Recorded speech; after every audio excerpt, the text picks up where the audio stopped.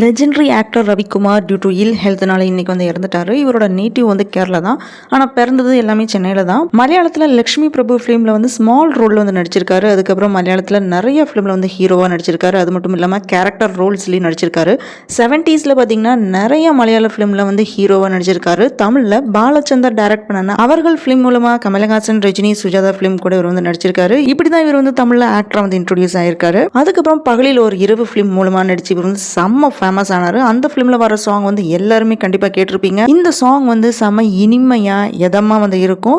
இளமை எனும் பூங்காற்று இந்த சாங்னால இவர் வந்து செம சூப்பர் டூப்பர் ஹிட் ஆனாரு. கண்டினியூஸா வந்து தமிழ்ல வந்து மலபார் போலீஸ், ரிஷி, ரமணா, லேசா லேசா, சிவாஜி இந்த மாதிரி நிறைய ஃபிலிம்ல வந்து கேரக்டர் ரோல்ல வந்து நடிச்சிருக்காரு. சினிமாவில் மட்டும் இல்லை, இவர் சீரியல்லையும் வந்து கலக்கியிருக்காரு.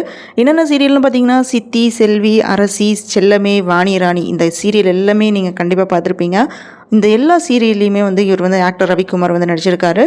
இந்த மாதிரி எக்கச்சக்கமான டிவி சீரியலில் நடிச்சு ரொம்ப ரொம்ப ஃபேமஸான ஒருத்தர் தான் ஆக்டர் ரவிக்குமார். இவர் வந்து இறந்துட்டாருன்னு தெரிஞ்சப்போ ரொம்ப ரொம்ப கஷ்டமாக இருந்துச்சு. 40 இயர்ஸ்க்கு மேலே ஃபிலிம் இண்டஸ்ட்ரியில் வந்து இருந்தவர் உடம்பு முடியாமல் வேளச்சேரியில் இருக்கிற ப்ரைவேட் ஹாஸ்பிட்டலில் ட்ரீட்மெண்ட் எடுத்துகிட்டு இருந்திருக்காரு.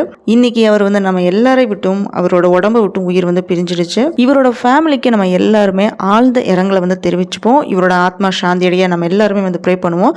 இவர் இறந்தது தெரிஞ்சு இவரோட நிறைய ஃபேன்ஸ் அதே மாதிரி ஃபிலிம் செலிபிரிட்டிஸ் எல்லாருமே வந்து இரங்கல் தெரிவிச்சிட்டு இருக்காங்க. இவருக்கு 71 வயசு தான் வந்து ஆகுது. நீங்களும் ஆக்டர் ரவிக்குமாரோட ஃபேனாக இருந்தீங்கன்னா உங்களோட பதிவுகளை வந்து கமெண்ட் பண்ணுங்க.